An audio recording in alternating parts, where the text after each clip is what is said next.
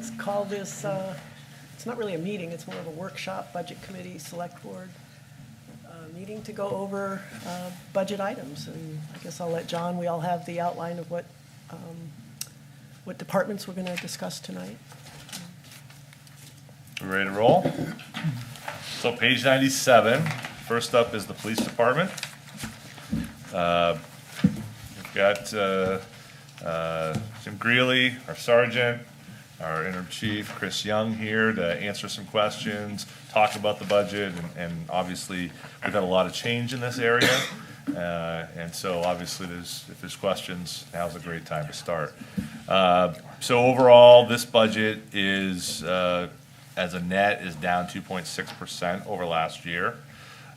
This budget includes obviously a great deal of change. The most notable, of course, is the change from the arrangement with the town of Camden to pay a portion of a shared chief. The chief worked for the town of Camden. The town of Rockport paid 40% of the costs that Camden bared to have that chief. And so the 60-40 split. What this budget does is no longer, obviously, it contributes that to Camden. We have removed the lieutenant's position, which Chris was sitting in before, and reallocated the funds of the position to Camden towards a patrol position, which would really, that sole purpose is to limit, if not reduce entirely, the overtime costs that we've had to bear. They've been considerable over the last year. We've had a great deal of overtime that the town has unfortunately had to pay because we've had absences, retirements, with the passing of one of our officers last summer, untimed, unplanned. And so the difficulty in that obviously means that those who are working had to bear an incredible burden on the overtime side of things. Jim Greeley had more than his share that he'd like to care to remember of time that he had to work to fill those hours. We did get support from area agencies, Knox County Sheriff's Office. We talked a little bit about that during the meeting in October of some support they were providing in less than peak hours, some of our slower times. But now we have returned to full employment of the officers we have and the positions we have, and that relationship is no longer needed. So I don't know, Chris, if you want to maybe just talk about what you've presented here and before we get into some questions or what have you. Certainly. The first thing I wanted to touch on a little bit is the 2027 goals and objectives, and just kind of share what this police department is capable of when it's full staffed. It's safe to say we've only been full staffed since February, and from January 1 until today, compared to last year, our traffic enforcement has increased by 60%. Which is one of our goals, is targeted traffic enforcement, voluntary compliance. We have established an internship with Camden Hills Regional High School, and we currently have one intern in the program. Again, trying to expand on involvement with the schools, being a resource for the schools. I have a meeting probably the first of next month with the assistant superintendent of schools to further that relationship and further get us involved in the schools and be of assistance wherever we can there. Next month, we will be taking over the Good Morning Rockport project and the Wanderers program. And we now have a dedicated officer to our social media platforms so that we can have a stronger presence on that front as well. So I don't know if you want to we can go through sections or just start in general questions. Maybe this is the best way to start, so. I want to just say a quick thing, because people have noticed the more presence of, as soon as the change, they're like, wow, I'm seeing Rockport police cars out on the streets and about. So I think residents are paying attention. So thank you. I was going to ask, how long has Rockport had 24, I'm assuming we have 24-hour, again, service now. How many years ago did we not have that, again, morning service, a morning patrols? Well, I started here in 1994 as a reserve, and even at that point in time, there were 24-hour police patrols in the town. Have we ever asked Knox County about doing some of the early morning coverage? Actually, I did. As I was looking at our staffing levels, I thought it would be beneficial if we could slide back our overnight officers to work more of like a 3 p.m. to 3 a.m., because the amount of calls from 3 to 5:30 in the morning in Rockport are very nominal. And I was told that they could do that, but there would be a cost associated with it. So with that said, I decided that we'd be better off to just stick to 24-hour coverage because we can certainly do it. I was just looking for more overlap during our busier hours. Do we have any statistics talking about the crime rate in Rockport versus other cities in the state? I don't have the specific crime rate, but I do have the clearance rate for 2025. Unfortunately, the FBI is still a year behind, but we are right on pace with our clearance rate as compared to the national level at 30.7%. Tell me what clearance rate means. The clearance rate is basically the cases that we solve or we clear by arrest, or there's a remedy for those cases. They're not left open or unsolved, so to speak. I had a question also up in the objectives. It talks about allow officers to take part in youth sports and school activities. Is that on time or is that when you're not on duty? Well, I think it depends. Sergeant Greeley actually was a high school football coach this past season, and when practices were obviously at the high school and he was on duty, he would go in his uniform and take a patrol car and respond to a call for service while practice was going on if need be. But it's more of just getting the officers at the schools, participating even in just watching games, making more of an effort to be seen at the schools and have a better relationship with the schools. I've just got two other questions, I think. The increase in the personnel services for this year, $799,000, that's the salaries or the hourly rates, I assume, for the, again, police department employees, which you have 7 now? 759, I Yeah. think. Yes, so, yeah, 750, the manager's column there, Bill. Yep. So, I mean, the increase for, again, the personnel services is what, 7 point? Yes, 7.2, yep. How does that relate to what we're giving for pay increases the hour? So, yeah, so we have this is the last year of a 3-year agreement that we've had with the police union. We'll need to sit down at the table. Sergeant Greeley is our shop steward, so we'll be very nicely as we talk to him here today and work through that process. There's been some preliminary conversations, but we haven't settled on any sort of CBA to this point. The point really to having this budget in place allows us a starting point to begin there. But the idea is that this budget would allow us to operate in a world where we can negotiate with this police union and come to agreement. You're talking about, John, 7 point, whatever, 3% or whatever it is this year. This is the third year. What were the first 2 years increases? I'd have to go back. So there's the first year of this agreement, the increase was 33%.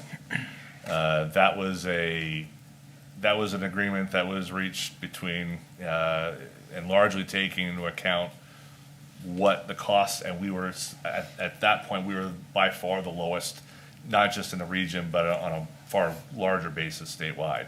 So the agreement was at that point was a 33% increase. Then at let's see, it would have been a year ago last fall, the select board authorized an additional increase because, again, there had been a change in the market in that short a period of time of a year and a half. Just for police? Just for police, right. And so then that adjusted their pay by another $4 per hour. So we've gone up considerably in just the pure per dollar hour. I could get you the pay rates so No, it's all that right. you can see that, but You asked just the- to give you a sense. Yeah, no, you asked the question because, I mean, the inflation rate is like 2.7%. Yep. Last year and this year. Yeah. And I mean, it seems though size of these, and not just in the police department, but throughout this, 7% increases. Well, the first year was the 8.7% year of cost of living. So that was obviously a big factor in that. But the other factor to this was when we did the salary survey and we looked at the actual costs that we were paying our officers as compared to our comparable towns, we were significantly lower in that comparison. The other issue is we either have to pay what market rate is or we don't. And if we don't, that means we don't fill positions. And so that's sort of the challenge that you find yourselves in as a board, as a town. You either pay a market rate or you don't. And if you don't pay the market rate, that's fine, but then you're gonna have to make some really difficult decisions about what sort of level of service you wanna provide, and can you provide that to even have a department. With the amount of turnover we've had, we wouldn't be able to fill any of those positions. We wouldn't be fully staffed now if we hadn't made those changes. I'm just saying, John, when I look through the book, and I've just looked through Yeah. it for tonight, it's not just the police department. I mean, throughout this budget, looks like 7% increases for personnel. No, definitely not. It- We'll it's- talk about We'll get each to that. department. Yeah, I mean, talking about this particular one, there's a CBA that governs that. But secondly, the changes are not 7%, certainly for every employee or in every situation. The other thing is that you do have steps that are part of each of these employees, and that is also part of, we also have a number of employees who are new, so their steps are occurring more frequently. We've made some changes from the personnel plan and personnel policy that will reduce that in years to come. But we also have to try to make sure that we are paying a market rate. And that's the challenge that we've seen in the police department, probably most of all, is trying to attract officers. Even when we have a position, even when we have the benefits when we have, we weren't able to do so. And I've heard that, and I understand that. for Yeah. sure. I think the other side of that is too, if we don't have the officers, we pay overtime. And there's obviously a point at which the overtime Yep. costs you more. When I do an overlook of the whole budget for the sections I've looked at already, Yeah. it appears as though the major part in reducing to the .73, whatever it is, so it has to be the healthcare. That's a I mean, big impact. Every one of them you look at. Yep, that's a big It's impact. not the actual yesterday's or last year's expenses for the department. Right. It's because they negotiated, I guess, new healthcare benefits. Well, no, we budgeted differently. That's certainly been a key piece that was part of the benefits task force. And that's been hugely beneficial in trying to reduce that impact. But I would say that there have been changes made across the board, and we'll get into them line by line, but to try to pull that back. The other thing I would just mention, Bill, is that last year's increases were largely one-time costs that were sort of built in. Last year, we knew we weren't going to be back in this situation. So in some cases, we were set up for a better year here anyway. I'm just Now the looking- question is how to move forward. I'm just looking at the numbers on the employee benefits numbers. Mm-hmm. Last year, 456, this year, 397. Yeah, I'm absolutely. just saying, that has a major impact on how you get to the point. Absolutely. Yeah, absolutely. Yep. Thank you. Also, just to Didn't mean to add, across the board, we had 9 vacancies this time last year. So when we budgeted for those positions, we budgeted as if they were taking family health care. We have 1 vacancy now at the time of this budget creation. So budgeting for that health insurance is a lot easier because we know what everybody's taking. I don't mean to jeopardize. No, this is the first time we're talking about benefits and salary, so it's a great question. Yeah, absolutely. So that, on that budget number, while we're on it, that's just the change in the budget, the way we're budgeting the $70,000 healthcare That decrease? and some of the people that we've hired in this department Right. Oh, specifically right. have elected not to Right. take health insurance or are taking single coverage instead. Bless them. And do you have any sense on the wages? Just trying to get a sense, sort of to Bill's point about how much, like, if there were no step increases, say, like, how much is the change with, Chris being promoted and the new patrol officer, just trying to get a new sense of, like, what's the baseline of, like, is it roughly a wash, sort of the promotion and the new patrol officer, or? Fairly close to Okay. a wash. So we were paying for the police chief contract to Camden. He was receiving higher benefits than what we offer here. So the health insurance cost that we were reimbursing them for is almost equivalent to what it was for us to budget for somebody to fill a new patrol position.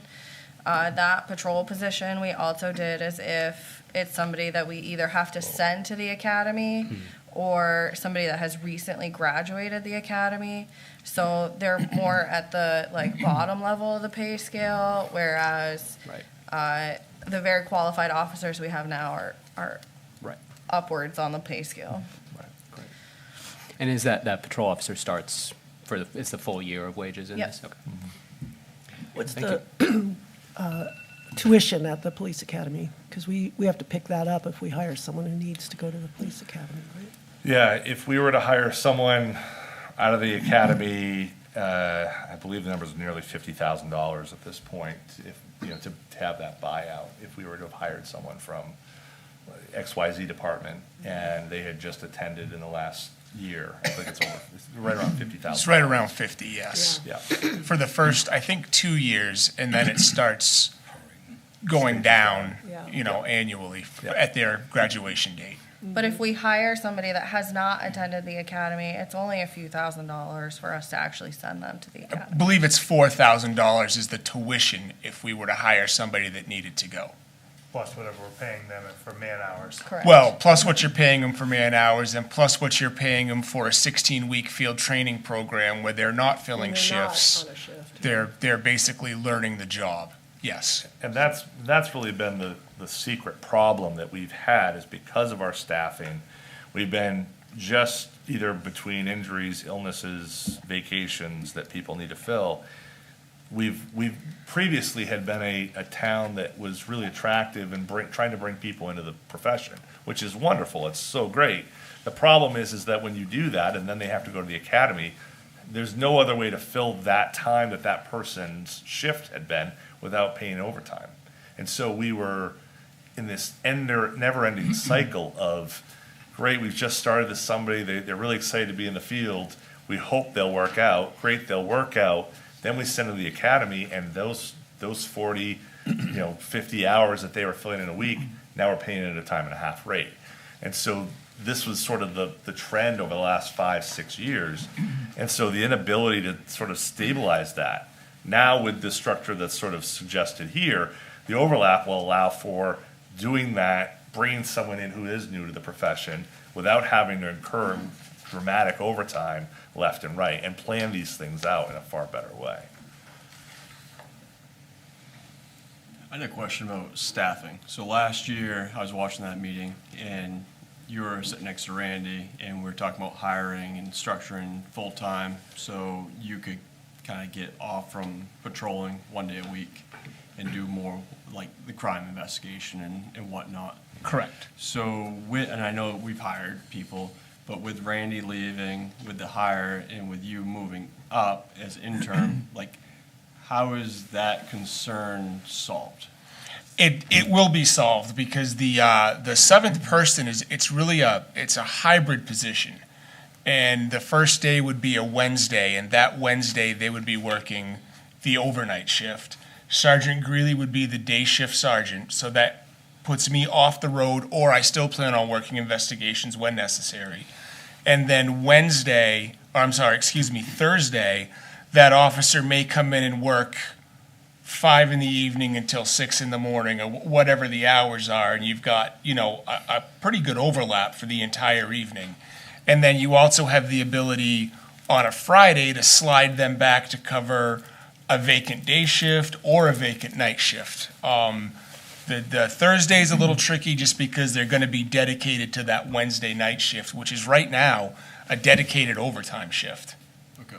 So, I mean, because of the change of adding the patrol officer, having our full-time police chief, per se, that's taken out the concerns we had last year. Yes, absolutely. To try to And- balance everything. Yes, and again, it gives you just a little bit more depth when you do have to fill an overtime shift, because depending upon what shift needs to be filled, regardless of what shift needs to be filled, you're already taking one officer off the table because they're working the other end of that and they're no longer eligible. So it just gives us a lot more flexibility, actually.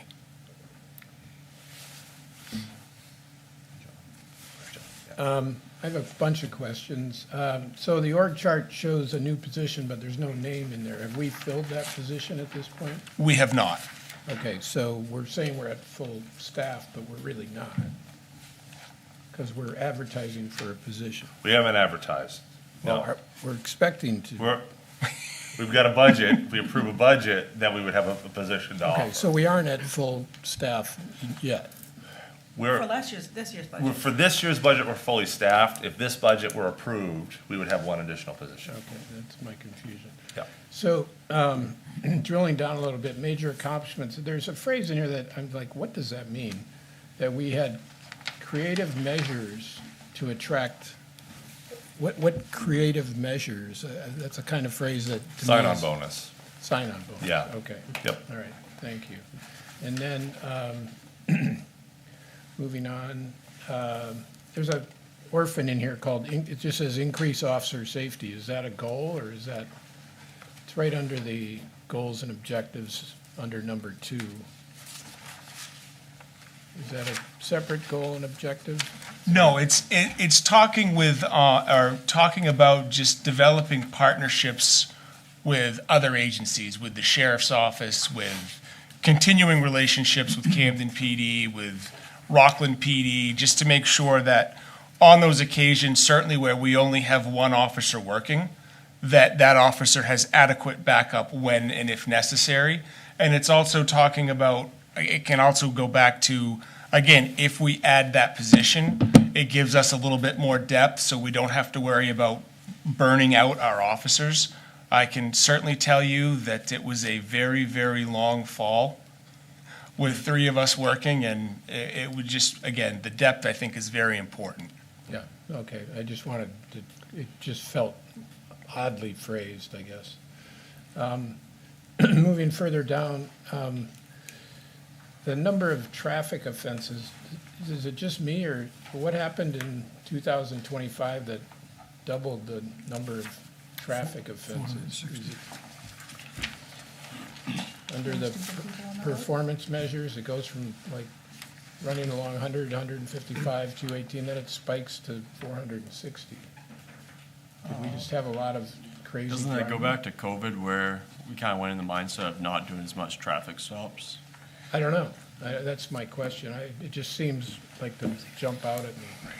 I really am not sure as far as the amount of traffic stops for 2024. I was hired in December of 2024. I know there were some injuries and there were still issues with staffing at that point in time, which was a reason why Jim and I were brought on. So I'm going to say that that had something to do with it. And in 2025, we just had a little bit more consistency than we did in 2024, and it's just reflective of having that. Okay. So the number of calls that we had seems to hover around, 5 to 6,000. What is our force size compared to like the town of Camden? Do you have any idea on that? I think they're 11, aren't they? Yeah, I think Camden is either 11 or So 12. they have more officers? Yes. Yes. Okay, because I just clipped this somewhere from a news report or something that said they had about 7,100 calls last year. Does that sound about right proportionately? Yes, it does. Yeah, okay. I'm just checking that. Then my last question is, where do I find the expense for contracting for Randy's services in here? What account? Is that We broke it 2008? out, we broke it out into the lines that it pertained to. So like his portion of the salary that we paid, it was in wages. His portion of his benefits and retirement and taxes and all that, it was broken up into the categories that it was in. It wasn't in a contract line. So did we get one invoice from Camden on Randy, or was it We got one a month. one a month? So Yep, the and- They Yeah. would provide me the backup, how much of that invoice was his wages, how much of it was taxes, retirement, health insurance, and then I broke it up based on what those amounts were. But he wasn't an employee of Rockport, so we didn't have, on the payroll reports I saw, he's not included anywhere in that. Correct, because we didn't issue him a W-2, Camden did. But the gross cost per year, do you have a ballpark figure on that, Megan?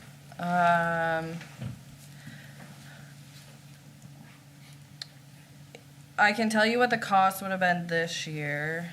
Hold on just a second.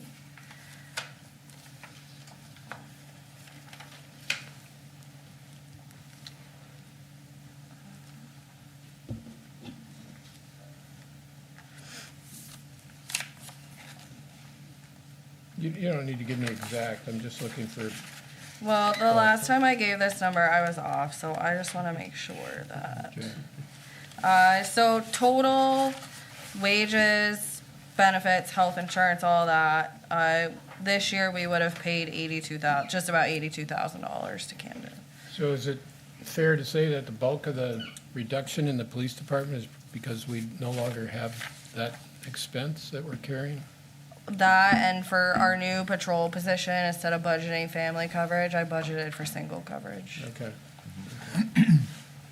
And then last question, I know I said my last question was the last question, but I have one more. The department head recommendation on wages was $799 and the manager's is $759. Why the $40,000 difference? Overtime. Overtime, okay. Yep. And that So was- that we had budgeted the same amount of we had carried in the same amount of overtime into the department head Oh, estimate. in there. And I believe by adding that position, we're going to see a reduction at least by that amount, if not more. And Kim just reminded me that it was in the reason for the request, so, Teamwork. my bad. There we go. Sorry. Working together. I should have remembered that. Sorry. I'm good. Right. I noticed in the budget we have for a car, a chief's car to be purchased. Is that something we've always had, a chief's car? I We didn't- have- Randy wouldn't, but Yeah, so we paid a portion of Camden's expense in the car. And previously, when Mark was chief, he had a chief's car.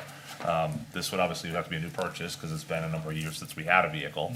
Do you want to maybe just talk about what you found and what a chief's car would look like for Rockport? Sure. So when I was chief at my former agency, what I did is I went out and looked at program cars, cars from different rental companies that were a couple years older and had some mileage on them.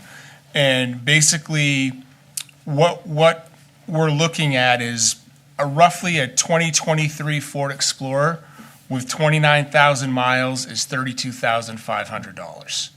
To upfit that with minimal blue lights, a siren, just so that I could get to where I need to be, is another $5,348. So a rough all-in cost would be $37,848 for that purchase.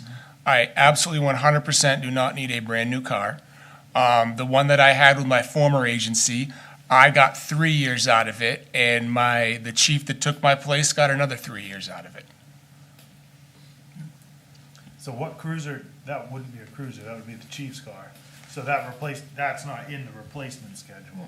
No, Okay, so that'll just be a one-time purchase, and then whenever that needs to be replaced, will be another one-time purchase. Yes. Unless we have enough left in the reserve at some point. Yep.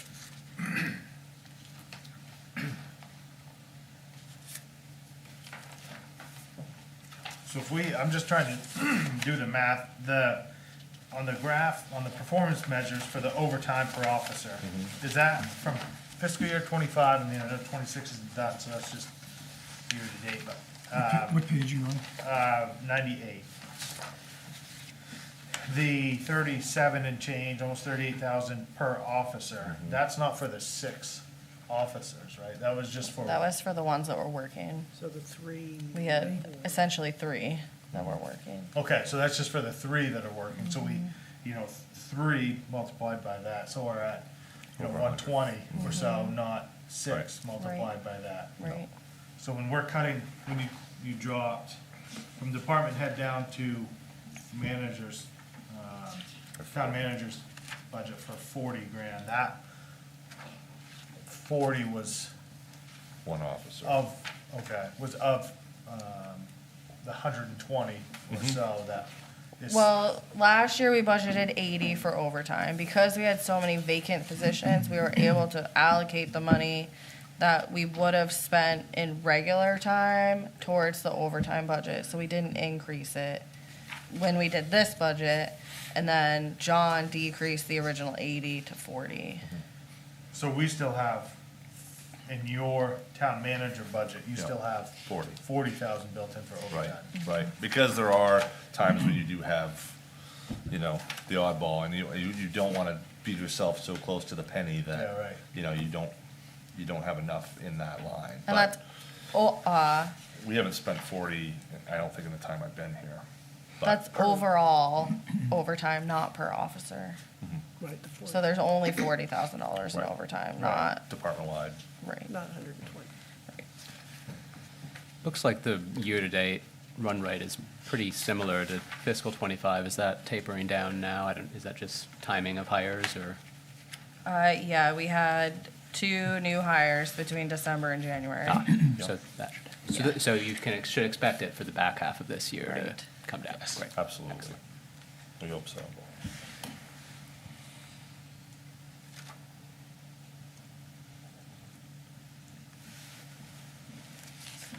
Okay, and the only other thing that, the body cameras, that was last year, that was just Right. like a one-time expense, is the 3060 line that's in there.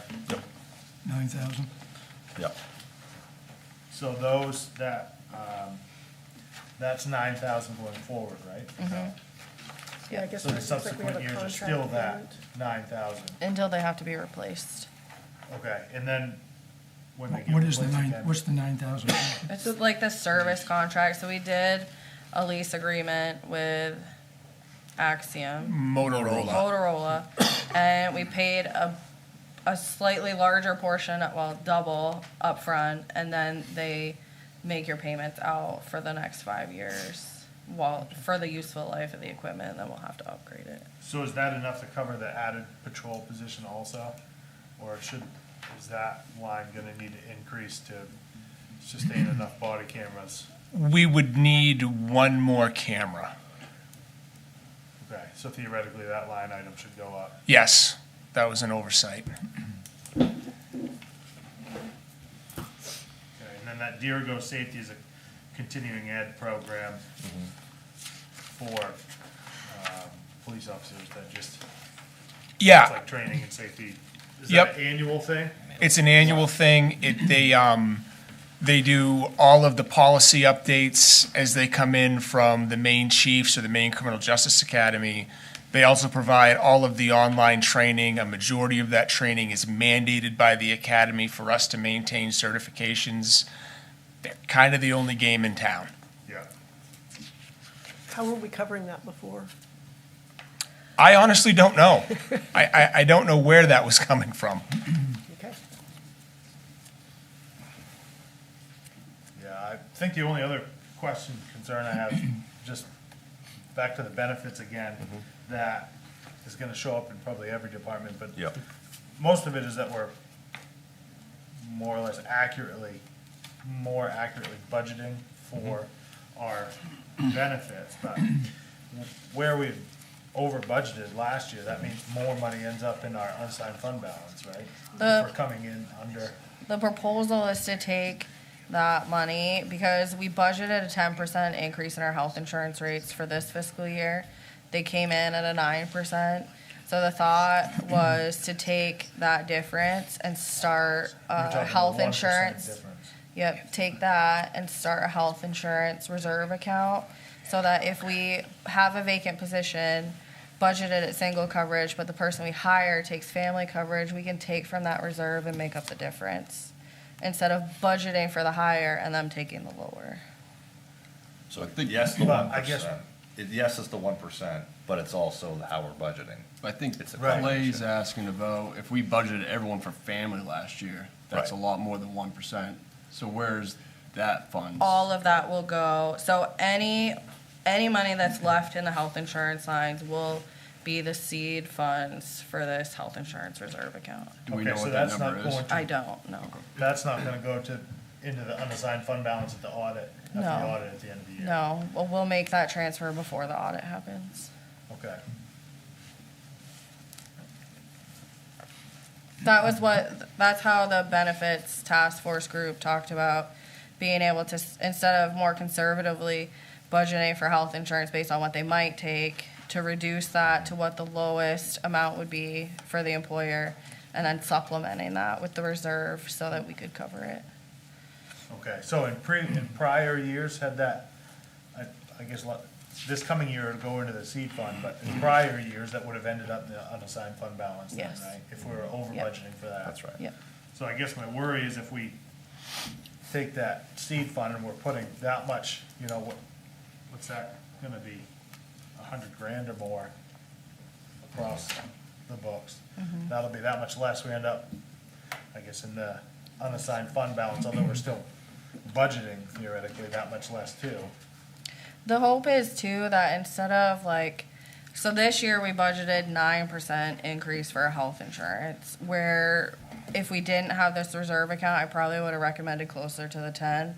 But if we are ever find ourselves in an environment where maybe we think the rates are going to be 7, but then they come in at like 9 or 10 instead, we can use that reserve to make up that difference too. So instead of budgeting for what we think the high market's going to do, maybe we budget for what we think the lower end or middle end is, and then use that reserve account if we have to make up the difference. Right. I guess what I'm going with that is, in the end too, we're also gonna have to be pulling less from the unassigned fund balance in subsequent years. Yep. Because there'll be less there, Right. or less contributed from the prior year. That's right. That's exactly right, yes. Yep. Although I would say last year's 9 positions was not a normal. That Sure, was, yeah. that was a little abnormal too. So you're not gonna Right. usually have that many positions that could contribute to. But we've You'd hope. essentially been hovering 360 to 380 contribution into the unassigned fund balance over the last few years, haven't we? Roughly. Well, is what we're pulling from it, but that was what we were putting into it. What's going in, I mean, yeah. a couple of years ago, I think, didn't we have to pull like 420 out of it at one point? We Yeah. did 480 this year. One of the largest contributing factors to what we deposit into the unassigned fund balance is really over collection of revenues. So if we over collect an excise tax or something like that, it's not generally attributed to less than on the expenditure side. It's usually the over collection and revenues. Last year when we did the budget, we really kind of jacked up excise tax and like some of these revenue sources that maybe we would collect more on. So where those are budgeted more to like what we're actually collecting, you'll see a reduction in what's being deposited into the unassigned fund balance because of that, Right.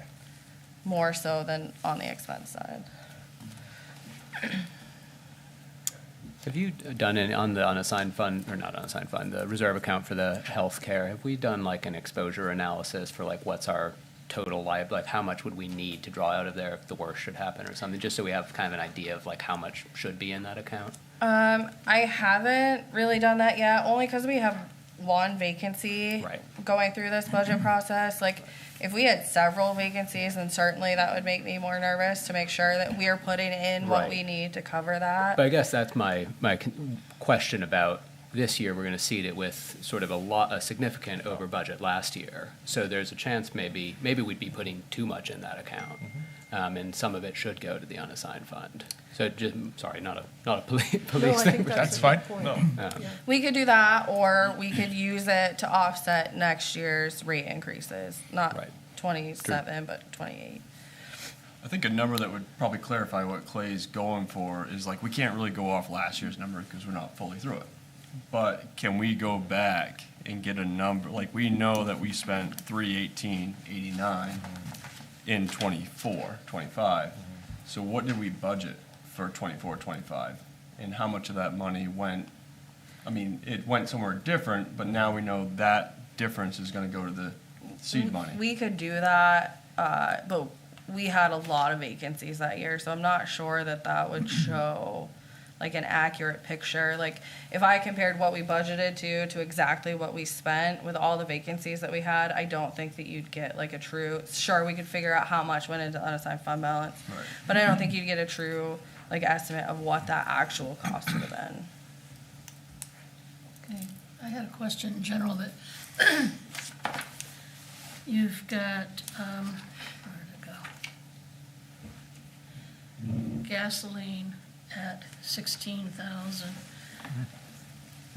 I presume our officers don't drive up to the local gas station. And as I recall, we had some sort of a deal with Camden ages ago with a gas tank, and everybody filled their tanks out of there.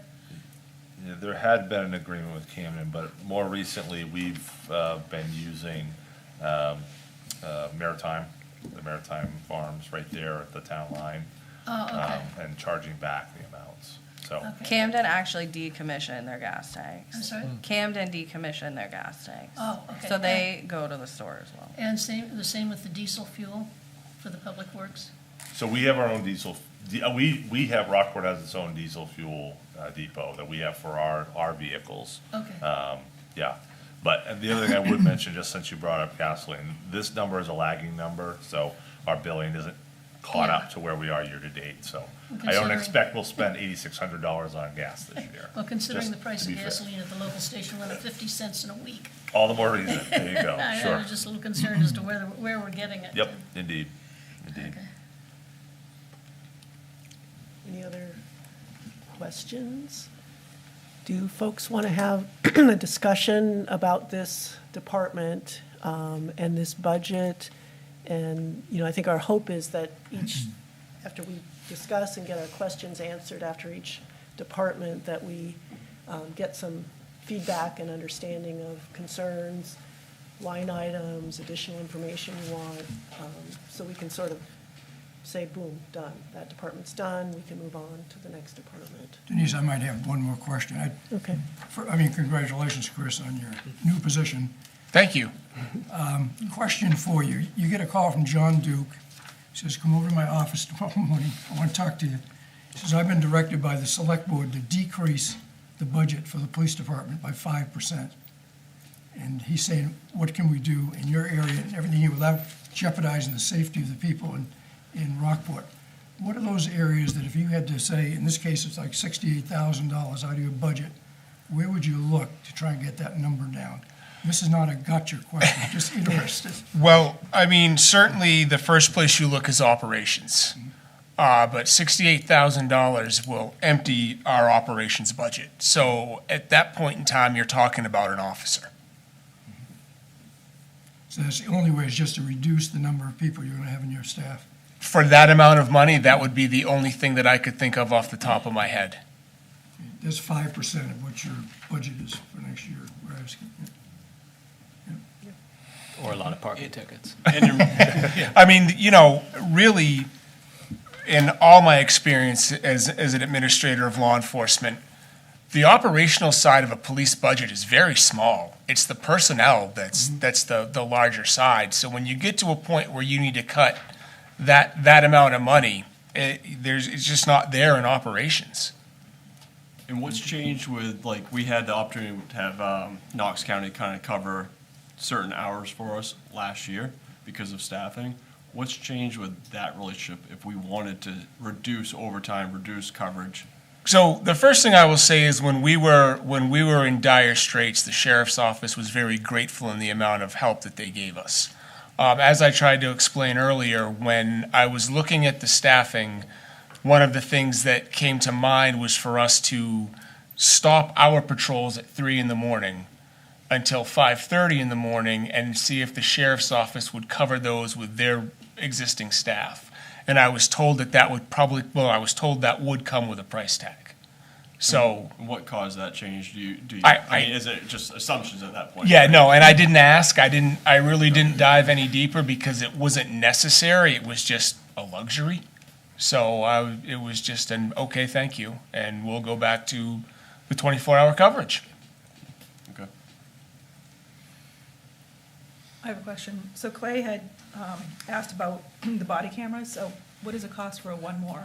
Well, and the thing that Jim and I were just talking about is I need to do some research because I think that those cameras are designed so that you can assign more than one officer to them.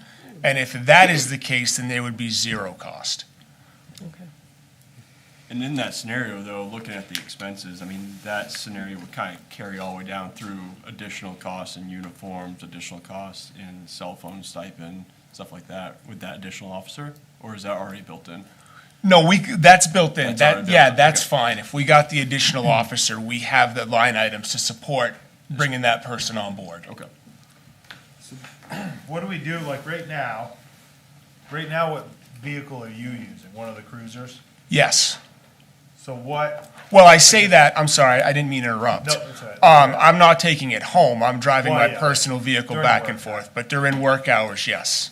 So what, if we added an officer, are they necessarily gonna be using the additional cruisers more? Is there gonna be a point where all three cruisers are being used, and we still need another one? Or why? So no, so what we've done is in an attempt to like even out the mileage, we've put cars at each end of the week. So the front end of the week, the officers drive one car, they drive the other at the end of the week. And then the middle car, which we'll just call 2495 because that's the plate number, that's driven during the day by Sarge, by me, by whomever may be overlapping. So that's just gonna kind of be in the middle with the hope that we can, just like I said, get some mileage on these vehicles that makes sense so that we're not in a place in a year where we have two vehicles that have, they're at the end of their service life. And we're monitoring that very closely. So we could, in that situation, one of those cars could become the police chief's car, just knowing that the lifespan is gonna run up quicker. With the staffing levels, yeah, it could. It absolutely could, but you're gonna put the miles up really quickly on the other two. And cruisers are a little more than $37,000. Yeah, I believe a new Ford Explorer Interceptor is right around 50. And we had budgeted an additional 20,000 for outfitting the cruisers in the last few years, when we bought a new one, so it's More like 70. 50 plus that outfitting as well. And the chief's car does not have the typical markings on it, No, it would be unmarked. It would have a less expensive light package. It would not have a computer. It would not have a cage. It would not have a center console. There are several things that you just don't need to put into it because it's just not used in that capacity. and I assume you prefer to have it unmarked too? Yes, So theoretically, next year, our capital items will only be what we're contributing to the reserve, unless we come up with some other vehicle expense. that would be the hope. Yes, I believe so, but I'll defer. I believe so. That's what we've been given. Yeah, that's right. 27, 28, we would replace cruiser 70 based upon the, replacement schedule. But by that point, we should have enough in the reserve, right? Correct. So we would fund, So we'd be getting revenue from the reserve at we, that point. we would fund all of it from the reserve. Yeah. Yeah, it would pay for it, level it So out. next year, Yep, theoretically, Right. we'll only That's what I have was- the yeah. two reserve contributions correct. for Right. equipment and vehicles. Exactly, yeah. that's So- what I was- Our replacement schedule, Megan, for police cruisers, is it pretty much based on the mileage? Or is it sort of like every 5 years? Or Every 3. Every 3? And is that a standard, Chris, for police work, or is it? It's usually more mileage based on my experience. That's what I would think. Isn't it every 4 years? If it's- It would go through that 3rd year. It would be replaced the 4th year. But So it- we you know, get 3 it can full depend years on- of service out of it. Go ahead. It can depend on the size of the fleet. If you have 5 or 6 cruisers, then in theory, you're probably putting less miles on it because you're not running that many at the same time. Right. But yeah, So I'm kind of hearing two things. We have a schedule based on just, number of years on a spreadsheet versus you're saying mileage. Historically, by the time we reach that number of years, we're at the mileage limit. Okay, all right. And you think that projection is still holds, Chris? Have you seen the schedule? yes, I do. And I can only compare it to my prior department, but we put a lot more miles on here in Rockport than we did in Rockland. Is that just because of the lay of the land, the geographic? Yeah, We have a lot of it miles. is. What's that? We have a lot of miles in Rockport. Where that's, 72 miles of road, to be exact. I would suggest just patrolling the downtown and don't come to West Rockport. Just a suggestion. Funny, my mom says the same thing. Well, Clay told me to say it. I might second that. They're welcome in downtown as long as they ticket the illegally parked cars. in front of Never Helen's mind. house. There's only 2 places that you can park illegally and be noticed. Okay, any other, well, questions and then discussion of whether this budget's good, whether you want to see increases, decreases, changes? Looks good.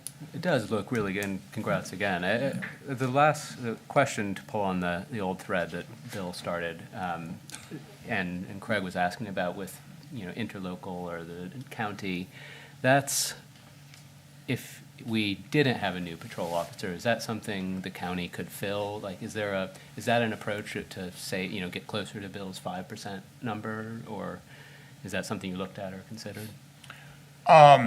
Well, if we didn't fill the 7th position, so to speak, it certainly isn't going to help us with our overtime. Right. And we would have the backup, if you will, if that officer needed help, but you're not going to have that overlapping coverage. Right. Where you're going to have more than one officer at the same time, that overlapping patrol coverage, which I think, late afternoon, early evening, mid-evening is quite important here, especially in the summer. Sure. Thank you. I noticed in the news, in the Camden News, they talked about, again, possibility of using the Knox County Sheriffs, but they talked about how much money they contribute to the county, Yes. and that they thought that they were, deserved that amount of coverage. Well, I'm Where are we on this? Well, we pay a lot to the county, and when I look at what our county budget share is, and I look at what our portion of from the sheriff's budget, it's getting close to $500,000 that Rockport But do we taxpayers. have a case, though, to go to them and say, we I should I be think getting- it's certainly, last year we ended up with certain tasks for the following year. I think it's certainly something we should explore more. I mean, I have to say, when I'm reading that the Knox County Sheriff somehow has time to become Camden's interim police chief, I have to say, wait a minute, then that means we're partly paying for that. So it gets a little messy. The county, I thought we were still operating where we were getting some help for free, because that's what we had been told. So that's a bit of a surprise to me. So it's something that could be looked into. I think it is something that needs to be looked into, actually, I think that would be a good clarifying question to have before we finalize the budget too. Because, if we can balance. We won't be 5 able to get anything from the county in this. The county is, as much as we'd love the county to sort of be a real county, they're not. So I don't think we can expect That would play a anything from big role them in in the overtime short and term, staffing. but we do need a bigger discussion. I think the only other thing I would want to see just before I be all for the budget is just, I know we've talked about the last couple of years, a breakdown on what is under the wages, what has been the total overtime, what has been Randy's or the old chief's salary or wages, and then what the new position would be. And In I reference guess, to this. yeah, where that Yep. actual 7.2% increase comes from. Yep. We can do that. Because if the 7.2% is mostly a raise for COLA or something, then, and the patrol position is accounted for in the wage of the old chief and overtime reduction, then that's almost a no-brainer. But if, only 1% of that is a wage increase and the other 6% is staffing increase, Yep. or, the new position, then maybe that's a different decision. I could say a big chunk of the 7% is the sign-on bonuses that we had to offer. So all of them elected to take their sign-on bonus as an hourly payment instead of a 3-time payment, which makes less work on our end because the way Fair Labor Standards laws are is if an hourly employee gets a stipend, then you have to go back and figure out what their true overtime rate was, so you have to figure it in anyway. But after 3 years, those sign-on bonus payments will drop off. So we have So their hourly wage will decrease. decrease. So we have four officers that receive an additional $4.80 an hour for their sign-on bonus for 3 years. For the next 3 years. Some of them are a year into it already. Yeah. Okay. But we just had those officers join, you said, and Correct. so they're right at the beginning For of their. three, yeah, for Right. 3 of them.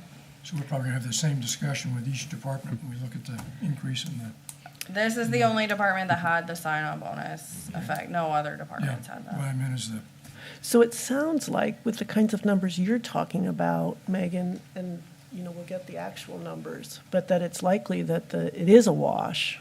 It is, yeah. yes, The position, the new position is a wash. yes, yeah. Based off of the old chief's position, And- part-time. And removing the lieutenant position, yes. Okay.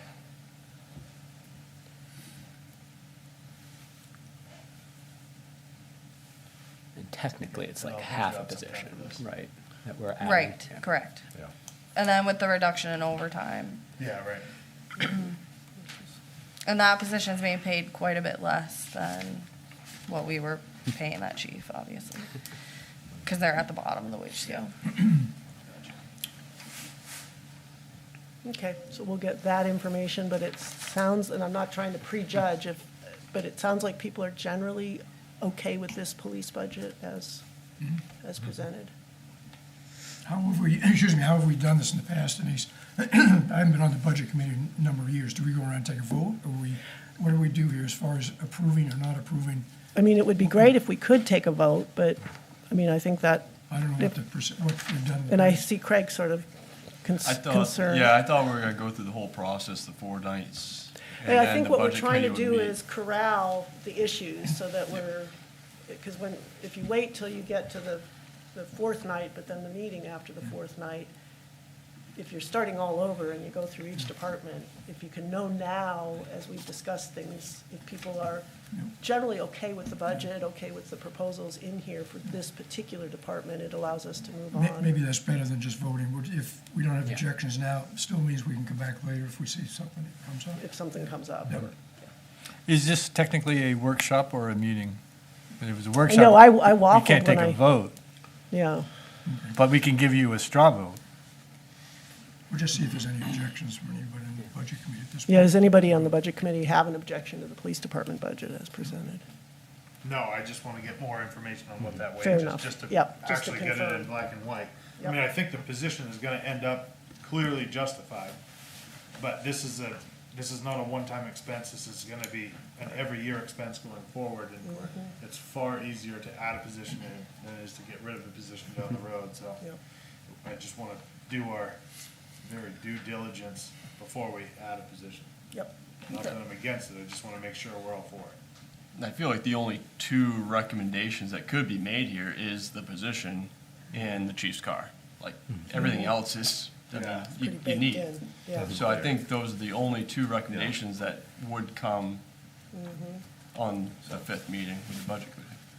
I mean, there's, Yeah. And just not to make things more complicated, but it's always one of those things where, to Craig's point, like, it's something outside of the norm, like, all of a sudden, someone's upset about paper clips, you know? And if that's where we are, you know, hey, now's the time to talk about paper clips, and, okay, we'll go back and talk about paper clips, but if it's, you know, like you said, it's really, I think you're right, I think there's really two concerns here, and outside of that, there's not a whole lot, but that's from where I sit, not where you sit, so, yeah. Okay, I got a quick question. I know I'm not supposed to be I know, talking. you're not supposed to talk, but go ahead. Can I just ask the chief, do we have a legal obligation to me as a resident to have a policeman out there tonight for me? Is there something legally in the state law or something that says if you don't have somebody on the book, on the road tonight, I can call up and say, you broke, the other words, what's the obligation? Where's it getting driven by? the obligation for 24/7 coverage, you're saying? So there's no legal obligation. If there isn't a Rockport police officer working tonight, then there's no obligation for us to provide that. That's just a service that the town of Rockport wants. They want a 24-hour coverage for the citizens by their own police department. So I guess it's an obligation, not a law. That's what I was asking. Yep. Thank you. You're welcome. So in that standpoint, if we didn't fulfill that obligation and say there was an accident, who would be responsible for showing up there? It would, 911 would be. it would either be the Knox County Sheriff's Office or the Maine State Police. Okay. And that would be if systemically we decided that we didn't want to cover hours 3 to 5 a.m. rather than a temporary, you're by your radios, but you're somewhere else. Well, again, going back to that coverage from 3 to 5, I was told specifically that that was going to come with a price. If we asked ahead of time. Yes, From Mount so Knox if County. I guess what I will say is I can make no guarantees that if we opted not to have coverage after that brief conversation that I had at any point during the week or during any hours of a given day, I can't guarantee that they're not going to bill us for that coverage. And you can't guarantee they're gonna show up either, That is true. In a timely manner, or at all. or at all. There was an incident a week or so ago, an accident that an officer was called and did not show up. Is that the rollover in Baby? That was a rollover on Bayview Street. Do we want to take that chance? I mean, that's something we'd have to look at long and hard, you know, if we did go down that route. It's a whole nother discussion. Okay. Yeah, that is a whole nother discussion, but yeah. Well, thank you both for coming and for serving Rockport. We really appreciate everything you do for us, and I know it's new positions over there, so. You're very welcome. Thank you for the opportunity. And I would just add, just briefly, because we have to go into animal control, so they don't get to go anywhere. They Oh, can but I would also just add, Chris has had conversations with neighboring departments about, what are costs and, trying to, what is that cost? We talked with the city of Rockland and, would that work, would that not work? And I know they didn't get detailed, but you've looked at other options other than what we're just doing here, right here and now, because, and I think you could maybe talk about this, but when you were in the city of Rockland and the town of Thomaston was calling, how do other communities relate to, or other agencies relate to when they're asked for more service? Do they do it for the same price, or? So based on my experience, if you were to call me and say, would you take over whatever police department? Then I would look at it and say, okay, what are your staffing levels and how many vehicles do you have? We have 6 officers and 3 cruisers. We're going to start at least at 6 officers and 3 cruisers, if not 7 officers and 3 cruisers. You're going to start there, based on my experience, because you can't, depending upon how it's structured, but you can't necessarily take away from your existing department or provide, lessen the services to the city of Rockland, if you will, to provide for the town of Thomaston. You've got to find that balance, and staffing levels and vehicles are staffing levels and vehicles. Yeah, Chris? great. So, ready for animal control? Let's go to the hot and heavy Let's get to the topic of real animal meat and control. potatoes here, that's right. So page 133 is animal control. The only difference in this budget of meeting is the increase of a stipend for the animal control officer. This was a duty that was delegated into the staff of the police department over the last several years, 5, 6, 7, 8 years. We currently don't have anyone who's trained to do this, but we have found a willing, I won't say volunteer, but I'll say able. Draftee, yeah, that's a good way to put it, who's on the force now, but, and maybe you can talk about the reasoning for a stipend, but The feeling is that this is an additional responsibility upwards and above of the current duties of an officer. Yes, it is. Being an animal control officer is not in the job description of being a police officer. A lot of towns do offer some type of a stipend to have an officer do it, and a lot of towns have an outside animal control officer that comes in. I find it much better if it's an officer within the department that we have oversight of to make sure that everything is getting followed up on, the training stays current, things of that nature. But the prior officer that was doing it for Rockport just volunteered to do it, and that was very nice of him. But I can't make one of my officers be an animal control officer. So the stipend was created because you're going to have to pay somebody anyway, and at least this way, it'll go to an officer, and it's somebody that we have oversight of, and we can make sure everything's taken care of. Do we have any idea of how many hours this person for $5,000 is going to work? It all depends. I will say this. Rockport has an inordinate amount of dog bites. I gotta say. And rabid cats. Yeah, in your accomplishments and so on, you say that Officer Hedgegriff has agreed to fulfill the position and attend necessary training in order to obtain certification for the position, but I don't see any place here to pay for that training. Am I not, is that under the purchased and contractual services? Or I'm missing it somewhere? The amount to pay for the training is a $50 online course. So it's not like it's, I mean, we'll absorb that at the police department. Okay. Very generous. And the 7,900 must be to pause. Yes, contractual to pause. Yep. Has there been an option of looking at Pope to see what that cost would be? I know pause is closer, but it looks like their numbers are going up at a pretty steep rate. Small numbers, but still steep rate. $2,000. Yeah, I have not reached out to Pope. I know we've always done pause, but Yeah, I've not reached out, but if that's something you'd like me to do, I could do that tomorrow to see what it is contractually. I guess just curious. I mean, Yeah, if we're not shopping around and But if we're taking police cruiser time to drive further, I mean, you have to, I will say it is very convenient for the officer to go to pause and, why was there nothing in 24, 25? Police officer. They didn't bill us. Let's go with that option. yeah, that's what we want. Pause, no bill option. What we used to pay Maynard. We get more vendors. I want to say it was around $5,000. By the time he Right got done, it was more than that. Was it? I want to say Back it in was the old like days. 9 or 10 by the time Was he it? got done, and we moved it to the police department.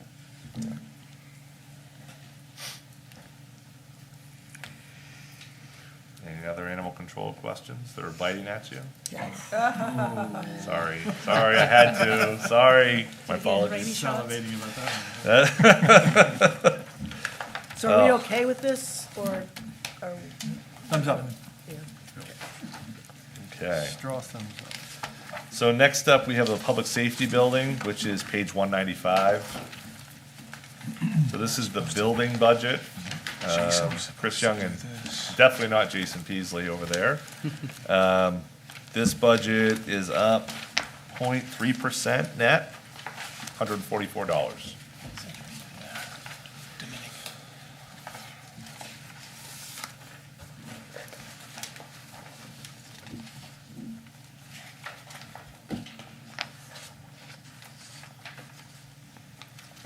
We are maintaining the contribution to reserve in here that we discussed, had begun to put aside in the last couple of years.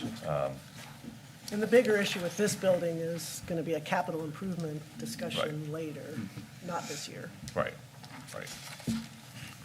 So where, that got a new boiler last year, that needs a new boiler? Where were we with that? Got, I think that's Okay, the. so that's in and Yeah, I right. think that's the, so we had a number of mold issues, I think we mentioned last year. That's been gutted downstairs, back down to the studs. That's We've got, remedied. yep, remedy, we got all that. Now we're setting up some storage downstairs, and we'll be moving some things down back into that space. in the spring. I think probably the one area that hasn't gotten at that sort of attention is the police quarters. I don't know the last time that was painted, but we could use it. There's a window that needs to be replaced on right next to the back there, but Of course, the other question on here is oil. oil. That Yep. was budgeted at prices a few weeks ago. Yeah. Oil, gasoline, and diesel fuel are all extremely hard to budget for. No, yeah, I know. I'm familiar with the industry. Been there, done that, glad I'm not in it. Originally, that was a bigger concern for me on the budgeting, but CNN just had an article come out today about the International Energy Agency agreed Wednesday to release 400 million barrels of oil into the global market. So hopeful there that the increases we've seen may start to come back down. And if we see them drop significantly, I'd probably recommend doing our heating and diesel fuel bids earlier rather than later. The Yes. last few years, we've kind of held off because prices elevated before they started going down. So I think it's something that we'll just have to keep an eye on and do the RFP when they're looking okay. Yeah. And a couple of years ago, we were in the budget process, went through this meeting. There was no concern. We got near the end and had to do some increases. Anyway, yeah, I think we were still on that point. To try to just adjust for that. It may be something that may want to be moved at the end of the process in a couple of weeks. Things, Yeah, a lot can June change. seems to move fast, nowadays, so just a thought. But, yeah, Kim and I were talking about this the other night, and it's something that bears watching. Where do we get our fuel from? Currently, Oh, Dead River. Dead River, yeah. Oh, Dead We- River. We actually get all of our fuels, so diesel, number 2 heating fuel, and propane, all come And from I Dead presume River. there was some sort of a review as to who would give us the best. That's what they're gonna do an Yeah. RFP is for. Yeah, put it out to bid annually and sit down, and usually there's a couple providers, Maritime and Dead River are always part of the mix, so. Excuse me? Hi, Rick. You don't want to hear it, but I do a lot of this for Maine Health, and you can get on their email list. I'm getting their daily price every day right now. Really? You would not have wanted to buy it 3 days ago. You could have bought it today a lot much cheaper, Yeah, but all somebody has to do is click on it for a second. They'll send you automatic pricing for the following week. love it. Just check with Dead River, you check with Maritime, they put you on the Good stuff. So they give us a set price and that holds for the year. of the That's, contract. yeah, that's how those bids have been set, Okay. yeah. Yeah. Okay. Anything else on the public safety building? Next, we Thanks, got guys. Carrie. Thank you, you guys. Assessing, so this is now going all the way to the front of the book, page 77.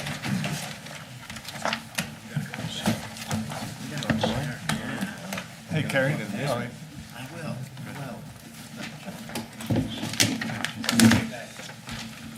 So this budget is down a robust negative 13.7%. We would like to point our finger towards Kerry's very careful budgeting and his magnifying glass that he's using. He's not the only one.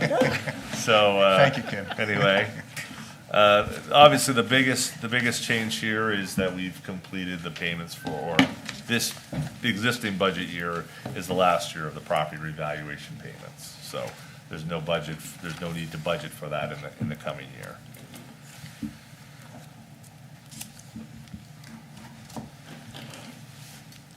I had a quick question. On page 81, line 3095, what is CMP audit? What do the initials stand for? CMP audit, Yeah, Central Maine Power. okay, that's what I was wondering, is what. So in 2018, I hired somebody with an expertise to audit CMP's assets in Camden. And it turned out he found $6 million more assets than they were reporting. And so and every year we continue, I depreciate that every year a little bit, but we have benefited from that every year since. So I budgeted for another audit. There's been a lot of construction that's going on to make sure that, two things. One is that the work that was done in 2018 is still defensible, and to see if there's anything more to discover. Okay. And what's the difference between line 3105 and 3920? Again, on page 81, they're the same price, and they both talk about funds to travel. 3105, and what was the other one? 3920. So, It's the same amount. Yeah. 30,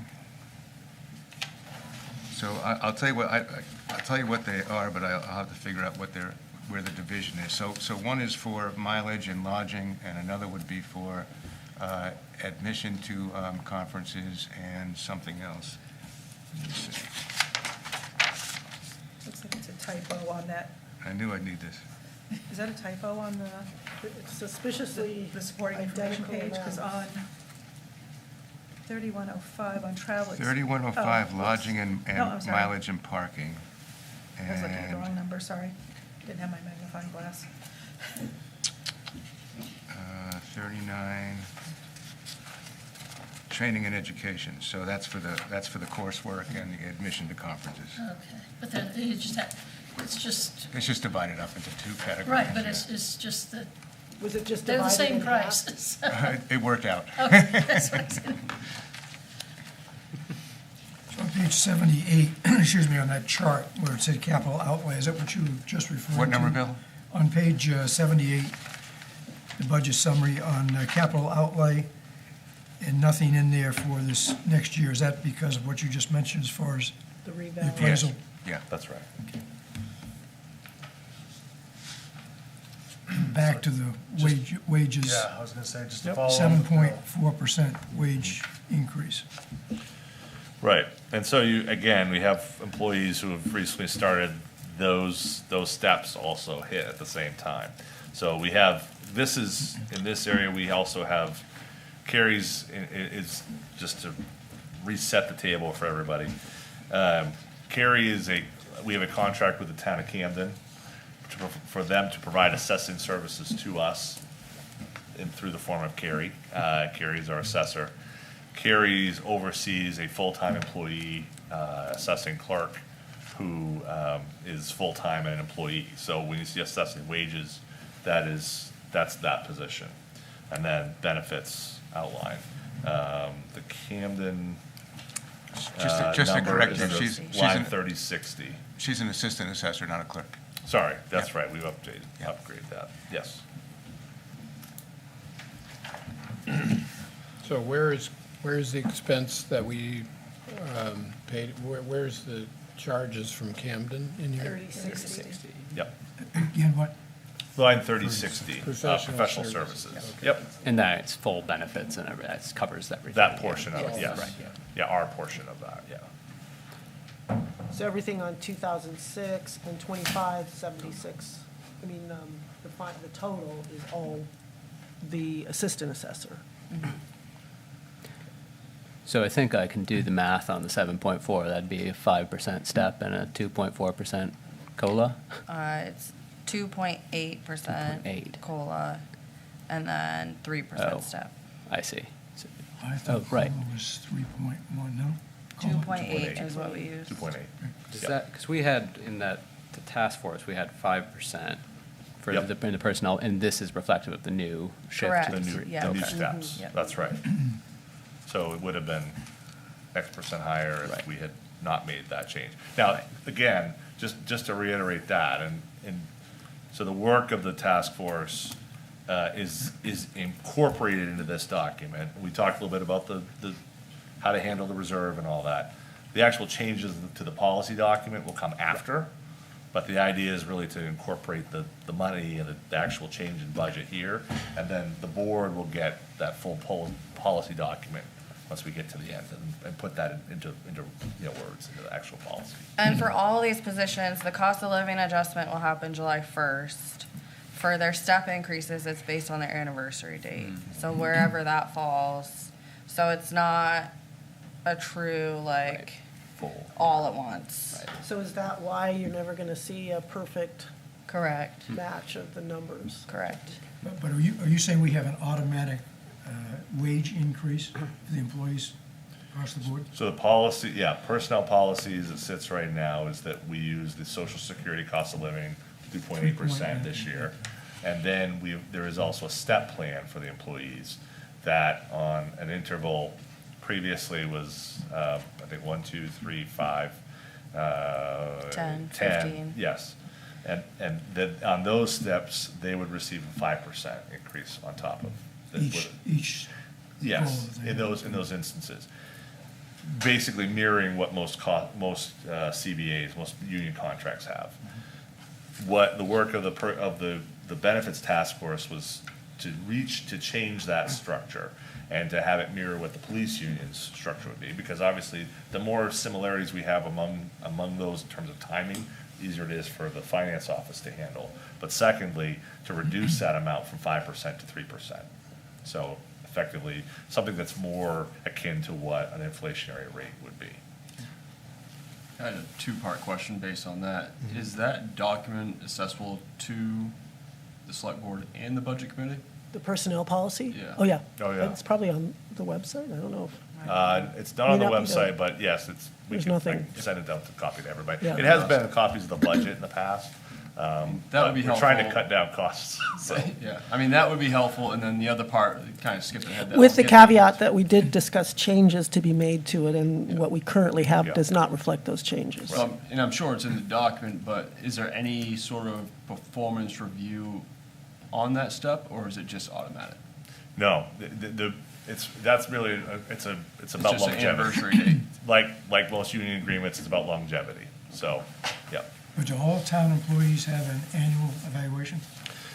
So that's something that we had been doing previously, and our HR representative who's been working with us for at least the last 2 or 3 years now, actually advised us to go away from that model and to move to a check-in model as opposed to a standard, okay, it's March, it's time to do our performance reviews, and instead to use more of an informal process to reflect the goings-on of how the employees are going.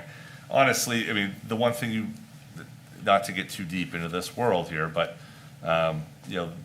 the management of a public employee and the property rights employees have, and not to mention union employees, make it challenging to work through those usually standard, March processes. So when there's issues, you deal with those issues at the time. When you don't have issues, you really want to make sure an employee's happy and they're working to their max capacity. And you're trying to inform that and to boost that. So it's not exactly the same that you'd see in many places. And it honestly was a bit of an eye-opener. We had our department heads working with our HR rep and sort of remaking our review process and how we work with our employees. I mean, if you have an employee who is not doing as well as he should be, not Yeah. working as hard, Yeah, and you have the supervisor yeah, saying to him, you ought to do better this next year, doing this, this, and this. Yep.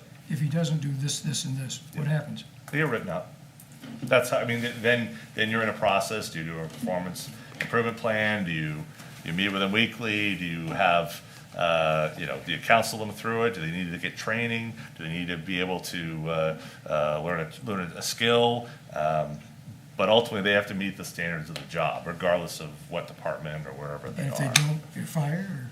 They can be, but obviously, we want to try to counsel them through it and try to get them up to being a good performing employee. And that's sort of the trick of it.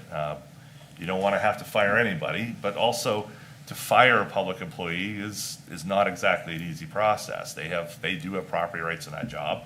They have the right to potentially push that all the way through to the select board, have a public hearing on whether or not they should be removed.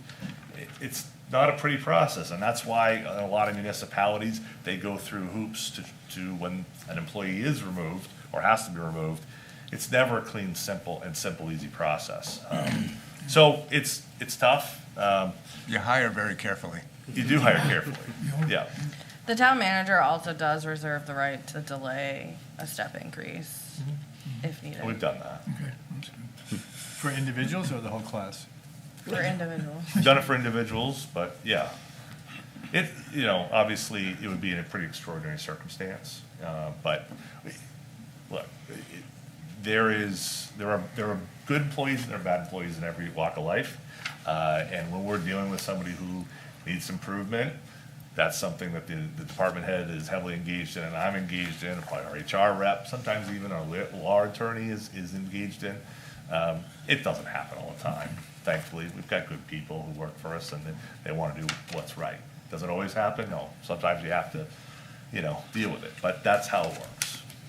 So, John, in a typical year, if there's such a thing as that, how many write-ups occur in the town? That varies wildly. It varies wildly from department to department. Well, how many last year?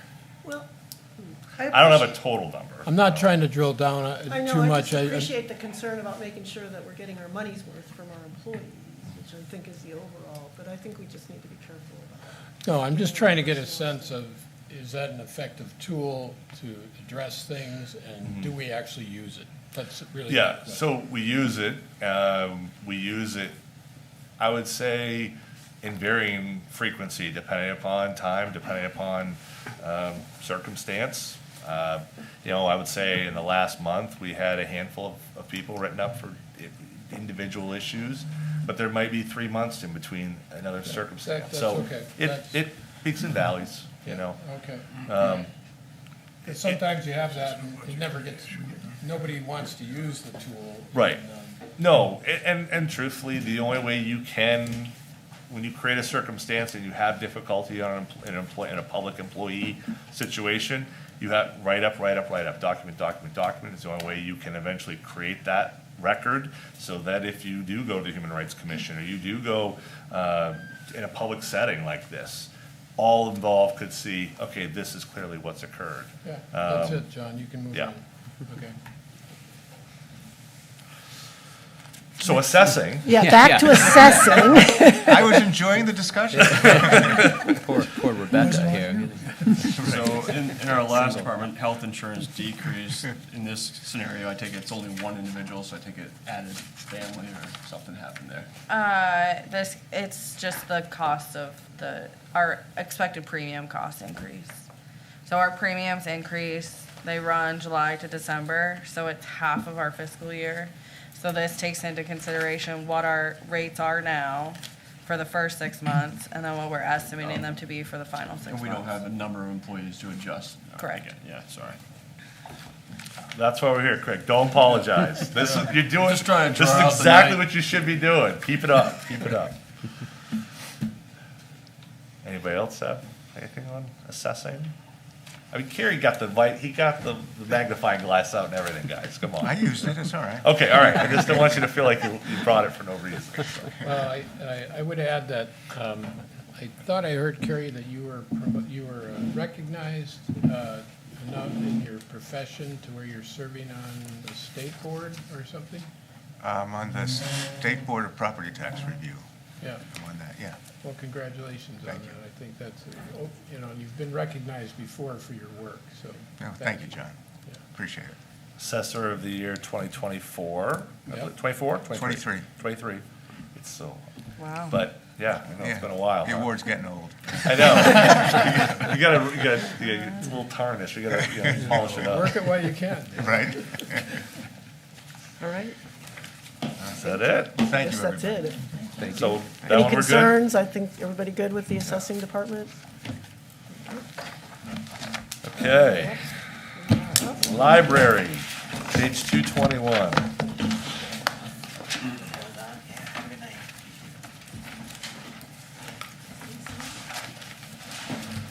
So this is traditionally everyone's favorite budget.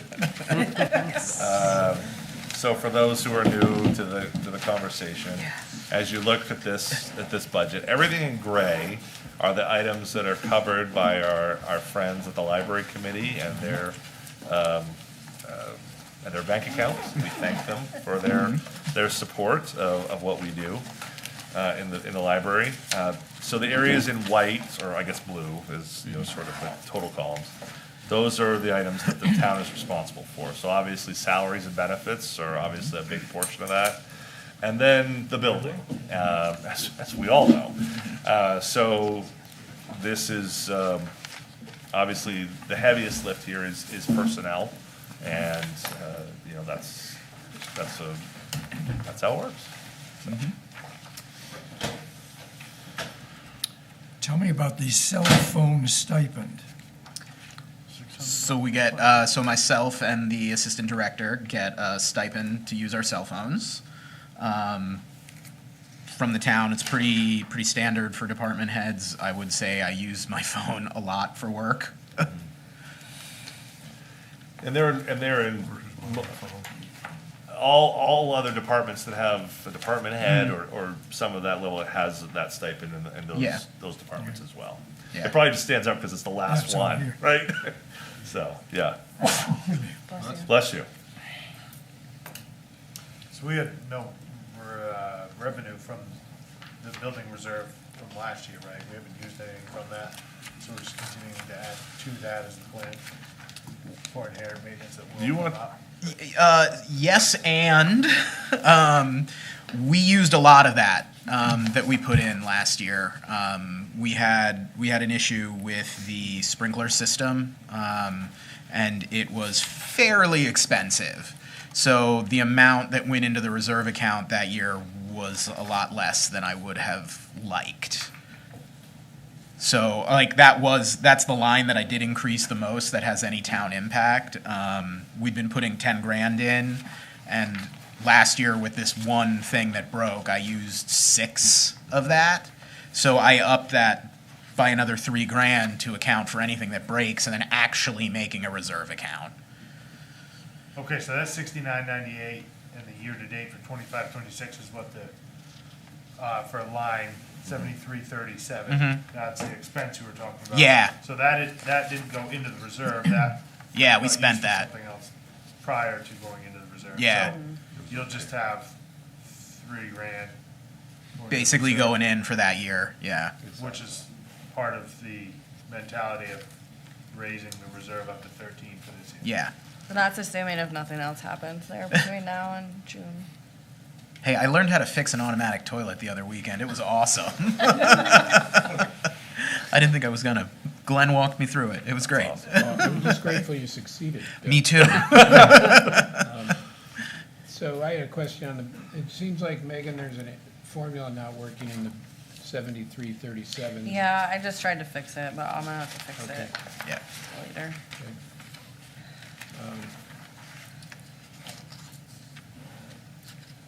Working my way through. The health insurance spend, Yeah. that dropped pretty significantly. It kind of, was a budget maker, really. 35,000? Yeah, 35,000.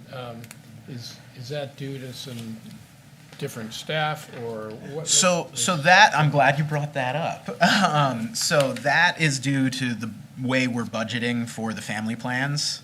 And so we had been budgeting that for employees who aren't currently on the insurance, in case they had a reason to get on the insurance. And that, like, I want to say, sort of leads me into this. That's the reason that my budget is as low as it is. Like, if I had to stick, without that, getting to that 1% line will be extremely hard for the library, because the only things that the town really pays for are staff in the building. So like getting to that 1% would have been very dramatic otherwise. I guess where I go with some of this is, so next year it's going to be a challenge for you. If I am asked to hold to a 1% budget increase next year, the only way I can probably do that is come with a reduction of services. Yeah, okay. Because I can't realistically take it out of building costs. We have to fix the building if it breaks. So the only option I have is in staffing. And if it comes to that, then it's harder to get things done if I don't have as many people.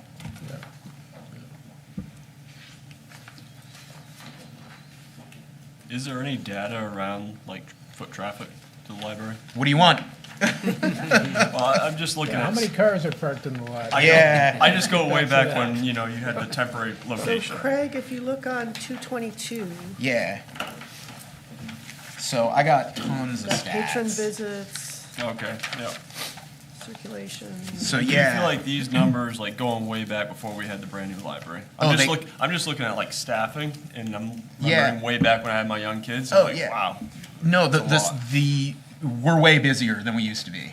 Like, if you were going to compare us way back to the old building and what we're doing, like, circulation is down, but visitations are like through the roof.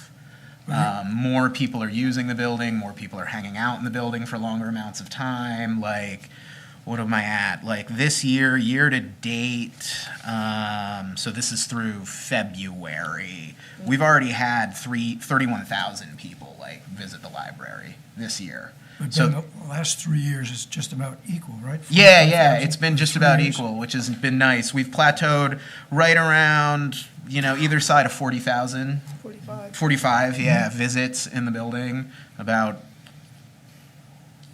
30, high 30s for circulation. And Yeah, how- we're hopping. How do we compare to like Camden and Rockland libraries? Are we, So they're in the next sort of weight class up from us, based on the towns. Yeah. So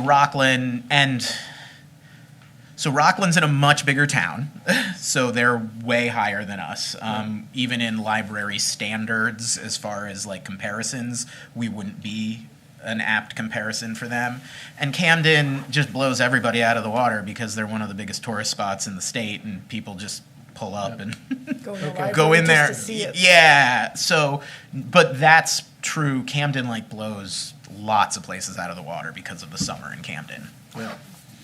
But I mean, as far as in our weight class, as far as I'm saying, we do very well. We're normally in like, I haven't done a benchmark in a while, but we're normally in the top 10 for libraries in the towns under 5,000. We're in the 2,000 to 5,000 range, and we do very well. Yeah. So the wages for library, there are 4, I guess, permanent people on your staff, yourself and 3 others. Yep. Is this, when we look at this again, the 7.7% increase in the wages, is this the same thing where you have a step-up number of people? If you work at the library so many years, you get automatic? All town employees. Yeah. Yep. So there's 4 full-time, And then 3 1. part-time, and 1 on-call substitute. So it even applies to our part-time employees. Yeah. The step increase. Yeah, the part-time accounts for about an FTE, Yes. a little higher than an FTE. But I'm assuming each one of those people, depending on where their position is paid more to begin with, correct? Yes. Yeah. Yeah, depends on how long they've been there, and, yep. So if you ever had to reduce this budget, you would be talking about maybe eliminating one of your staff people? I would probably look at part-time first, and keep the full-time, the professional full-time people, but that's what I would have to do. Like I said, when we went through the process before we sort of found the silver bullet with the health insurance, it was looking pretty drastic and really bad. It was looking really bad. I have to just say, in terms of the library, there are a lot of folks in town who are donors, supporters of the library, who donate both to the the library committee endowment, which helps fund all these other expenses in addition to salaries. So when we talk about cutting services, I don't know if we end up cutting hours and services that the library provides to the community, but I just wanted to, I think we should be a little careful if we're going to do that, because No, I'm just saying, if you had to cut, again, the budget, Yeah. you might have to give a few less services to the people in Brockport with less people there staffing them. So if he gets a call from John, the select board wants a 5% decrease, he knows you're coming, right?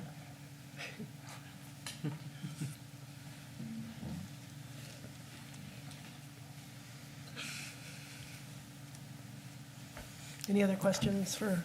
Looks like on the supplies overall, the year-to-date is well behind where you'd expect to be halfway through the year. That's awesome. Based on the budget, is there any room to, books looks like the So largest line item? none of that is dealt with Oh, right, we don't. yeah. Sure, it's So all gray. anything that I save on that Yep. is just gets rolled back over into the endowment. So anywhere that I can be under budget, I try to be under budget. Got it, yep. Yeah, because I just feel like I'm borrowing the endowment from the future. Sorry, I am colorblind, but I can. No, see no, gray. no, it's all good. Sorry. That question gets asked at least twice every cycle. Don't worry. So, Ben, I didn't look at through the numbers for this figure, but of your total budget, roughly what percent is the town covering and what is the endowment covering? So it looks like the endowment covers this in this Is that cycle. this pie chart? Yeah, it's that Yeah. pie chart. So it's Okay. about 18% and 82%. Yeah, because I know in Camden, it's like 50/50. Yeah, they're in a different boat. Yeah. Is their staffing similar to ours or quite a bit larger? Larger. Much larger. Yeah, much larger, I think. I'm not 100% sure, but I think it's almost double. Okay. Yeah. And they need it.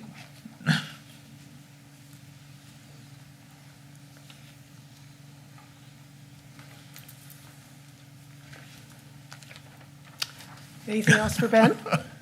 I would just add that I think we're lucky to have you, Ben. And the whole staff over there does a really great job, so. Yeah, thank you. I agree. They're great.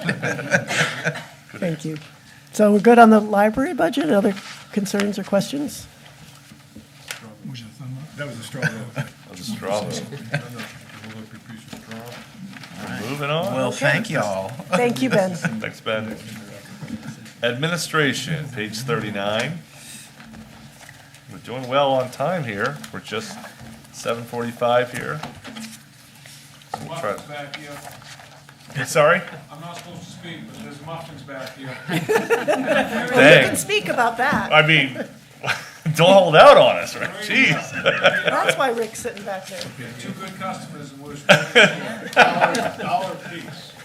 Dollar. They're chocolate From chip. library revenue. Jeez, there you go. There you go. Wicked good.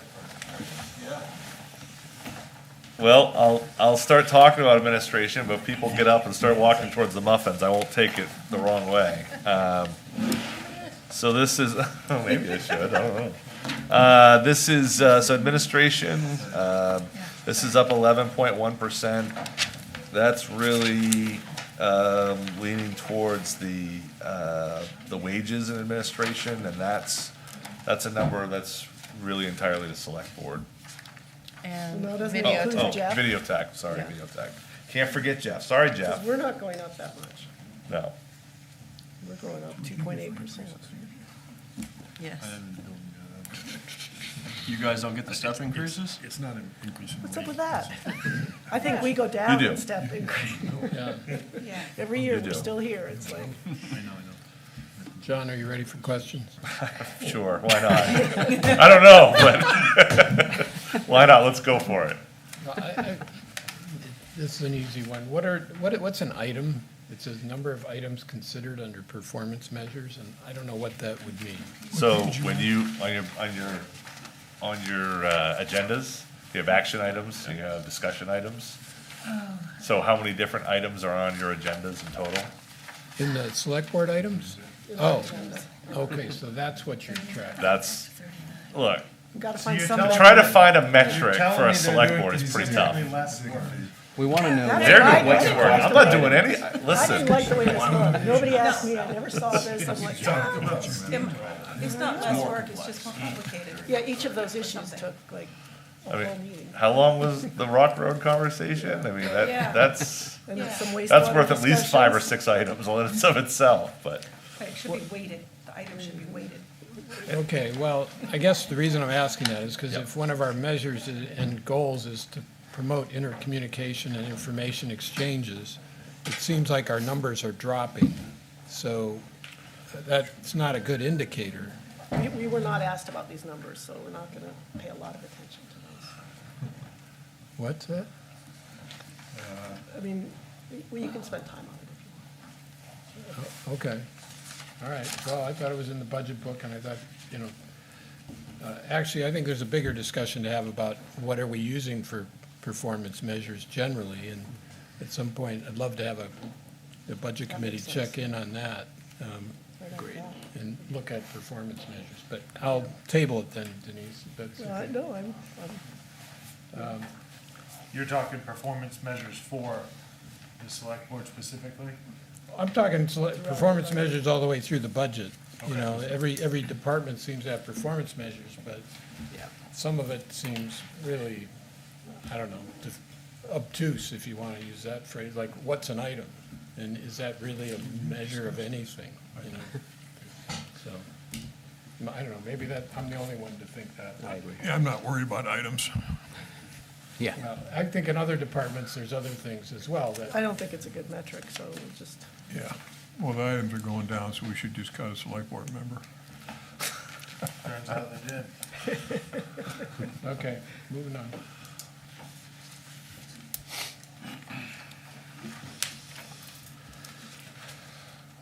So you're saying most of the wages just came from more time? Geotech, and then Because of just time? Step. Correct. Yeah. Yeah, or is that like a raise? That's just more time? More time. time, sorry. Place being used? Yep, that's right. Last year, I remember talking about the Opera House wages, and it sounded like a lot of these meetings were still in the Opera House wages. So this is an effort to try to move those. Okay, so this includes right that place. move? Yes. Oh, okay, Yeah. so that was not as significant as that. But it's not something we've tracked previously, Right. so it's kind of just a shot in the air, and we'll see how it Right. works out. So in this, we talk about administrative department wages in 2022 of 5,500.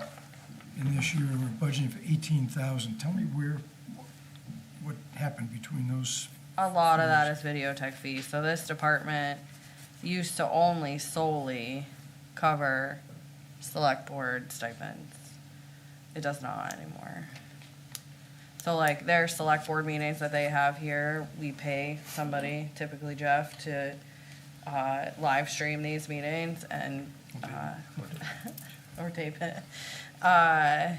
So there's a cost to that. Okay, and that's what's in this administrative Yeah, department that's wages. why they're telling Are those costs somewhere else before? Or The Opera House generally is where the bulk of it Opera House went. budget Yeah. separate, okay.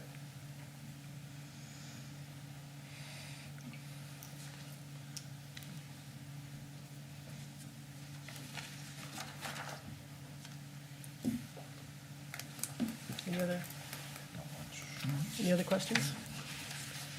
Any concerns with the administration budget? Okay. Move on to general assistance. Page 89.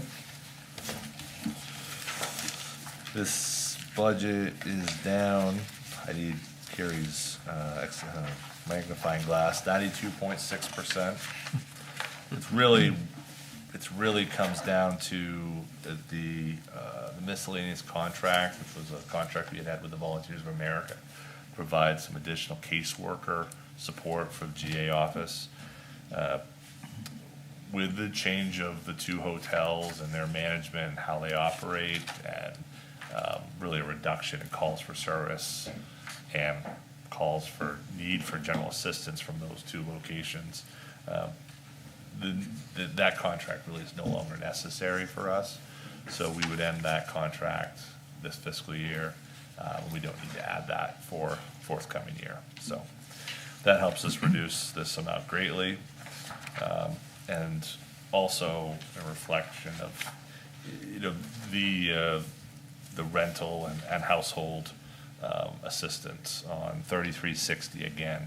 We're seeing that reduction in the amount of support needed, so correspondingly, we're dropping that amount as well. And those gray lines are what is also assisted by the state? Correct. Okay, Yep. that was my question too. But not 100%? Not 100%, 70%. Yep.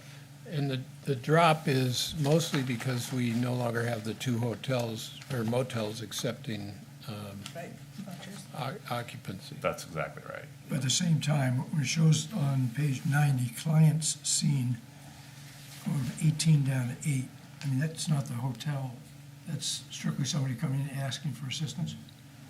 Let me just look at Which one are you Top on, of- Bill? no, page Correct. 9. Yeah, that's Oh, I right, yes. So, I mean, in prior years, 30, 38, 34, 31, 18, sort of mid-year is when with those hotels changed in their last fiscal year. And then, I mean, you can see that reduction in amount of clients right away. And is Diane the only person that, when somebody comes into the office and asks for general, she makes the decision? There's no other That's person right. that does it? Yep, exactly right, yep. One person, and I think there's a lot of support, Bill. You know, the Department of Health and Human Services has a very able and supportive hotline where they have staff on the ready to answer questions and provide support to towns, and that's greatly beneficial to a town with this type of activity on a general assistance side of things. When you're in the area we were in before, it's not, and that's really why we needed casework, but thankfully we're back to the levels we've been accustomed to in Rockport. And some of this is a ripple effect from the pandemic, right, John? From Yeah. When we had a surge. Absolutely, and changes in how the state had considered homelessness as an emergency. We still see that impact, and we're still providing assistance to people because housing, anyone who's unhoused is considered an emergency situation, has to be handled basically right then and there within 24 hours.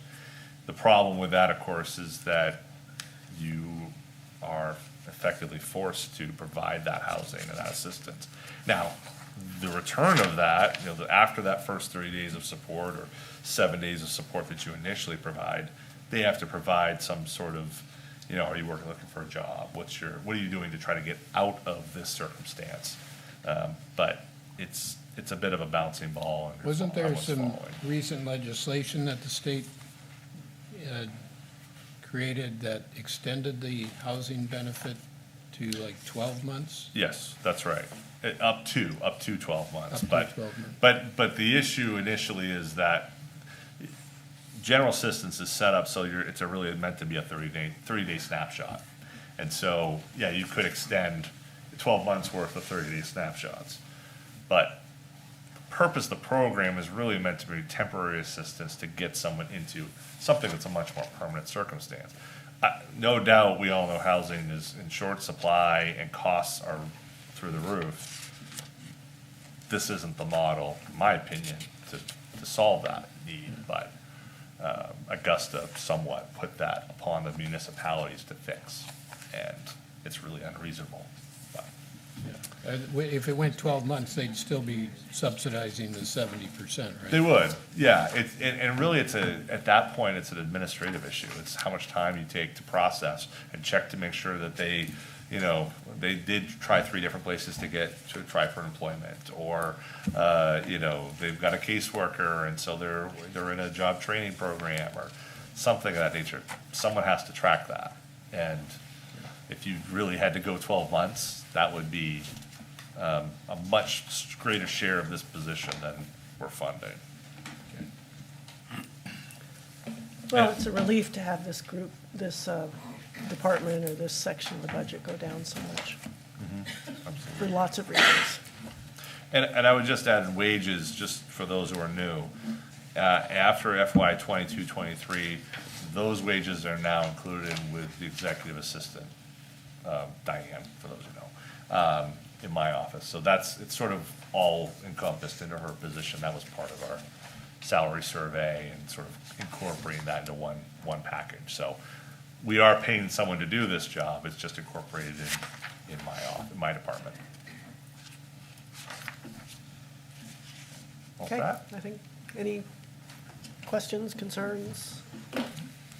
Okay, So insurance is the last one for tonight, which is page 83.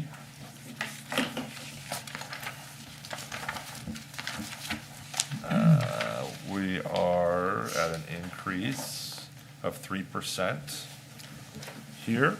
and this is all just, this is what we buy, right? This is- It's our loss ratio affects the sum. We've unfortunately had some fairly substantial claims between the Opera House and the library, and a couple vehicle accidents, which really impact our rates, but less so than if we were in the private market, but. Is it through MMA? Yeah. And just to give quickly, this is, MMA provides this. So it's a risk pool that we are in. We are also, municipalities, so long as they are part of the risk pool, are covered by the Maine Tort Claims Act, which means we have immunity from a lot of things that you might think towns might be liable for.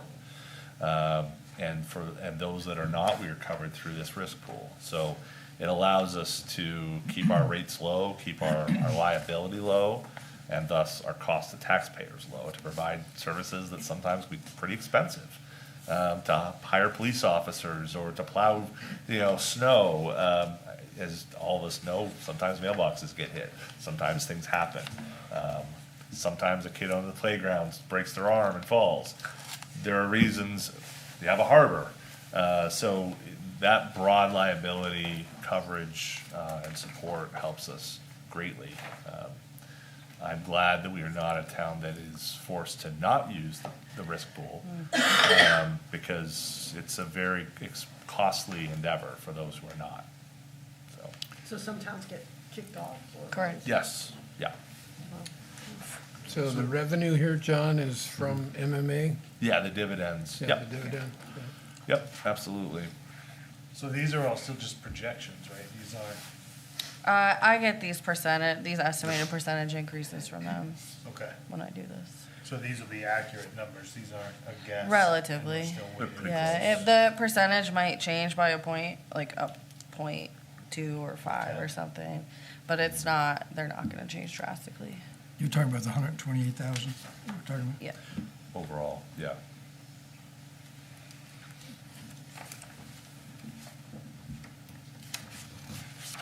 Any other questions on insurance? Any concerns? Does the tort law and/or our standing help save in our contract with the attorneys? That they're not liable to have any questions about No. the stuff that's covered under the tort law? Good question. In the past, for claims that haven't been covered under the tort law, MMA has covered those for us. Yeah. Like, they deal with the injured party themselves instead of us going to our lawyer to handle it. Yeah, and also in instances where they're somewhat,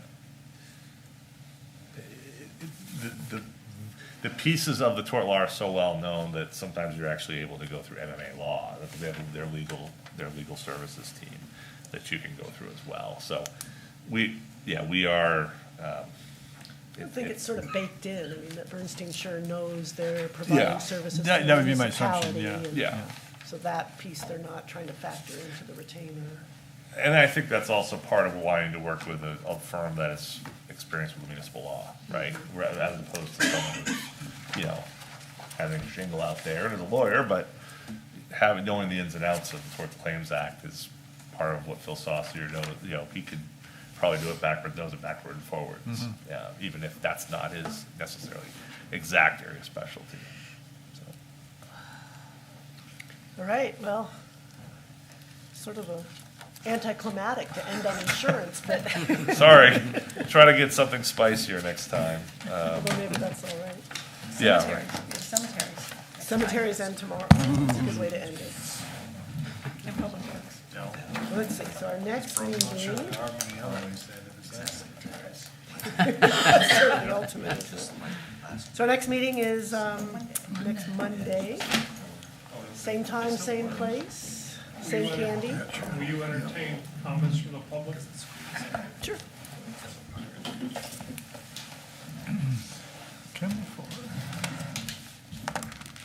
Bob Colmar, resident. First, I'd like to express, I've read the document, the budget from cover to cover, all 400 and some 30 pages. And it's still, I think it's the finest budget document that I've ever read, having been involved in the budgeting process for 40 years, but it's outstanding. From the beginning, to the glossary, to the detail, to the summary, it couldn't be a finer document. So my accolades to Megan for all the work and for the department heads putting their act together. Thank you, Bob. It's really an outstanding document. You all should be delighted. I'm sure you are, because the work that goes into it is unsurpassed, and it's just excellent. It's an easy read, easy to figure out, and it's easy to budget. So Thank you. well done. Thank you, that's it. Fine job. We can echo that. Okay, that's a better way to end than insurance.